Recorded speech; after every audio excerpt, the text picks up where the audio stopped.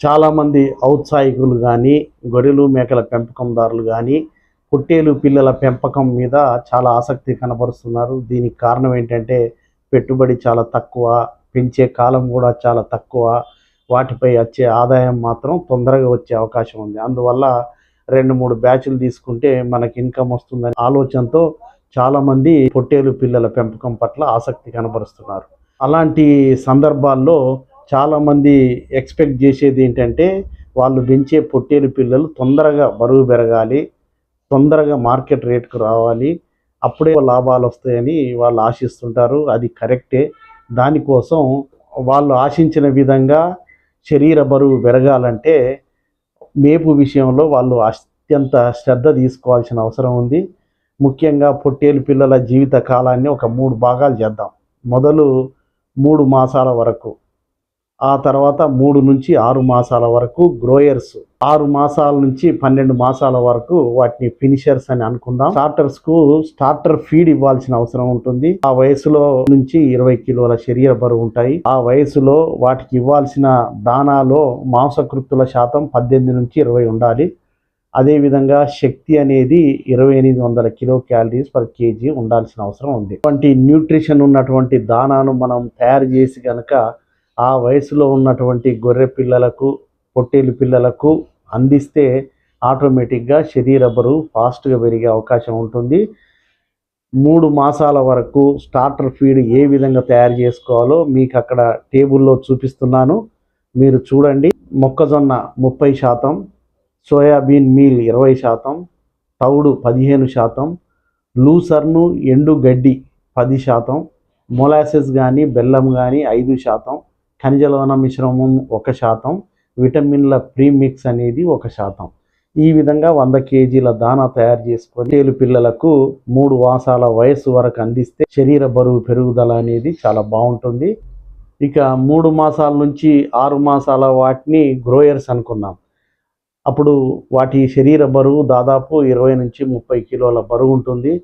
ఆ వయసులో ఇచ్చే ఈ గ్రోయర్ ఫీడ్లో మాంసకృత్తులు 16 నుంచి 18% ఉండాలి. శక్తి అనేది 2900 కిలో క్యాలరీస్ ఉండాలి. అటువంటి న్యూట్రిషన్ ఉన్నటువంటి దానాను కనుక తయారు చేసి ఈ దశలో అందిస్తే తొందరగా అవి ఎదిగే అవకాశం ఉంటుంది. ఆ దానా మీకు అక్కడ పక్కన టేబుల్లో చూపిస్తున్నాను, చూడండి.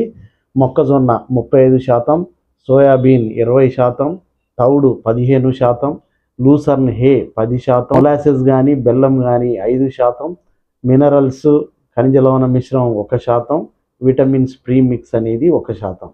ఈ విధంగా 100 కిలోల దానాన్ని తయారు చేసుకొని ప్రతిరోజు 3 నుంచి 6 మాసాల వరకు అందిస్తే శరీర బరువులో పెరుగుదల అనేది చాలా బాగుంటుంది.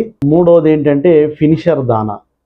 6 మాసాల నుంచి 12 మాసాల వరకు అందించే దానాను ఫినిషర్ దానా అంటారు. అప్పుడు వాటి శరీర బరువు 30 నుంచి 50 కిలోలు ఉంటుంది. ఆ వయసులో అందించే దానాలో క్రూడ్ ప్రోటీన్ అంటే మాంసకృత్తులు 14 నుంచి 16% ఉండాలి.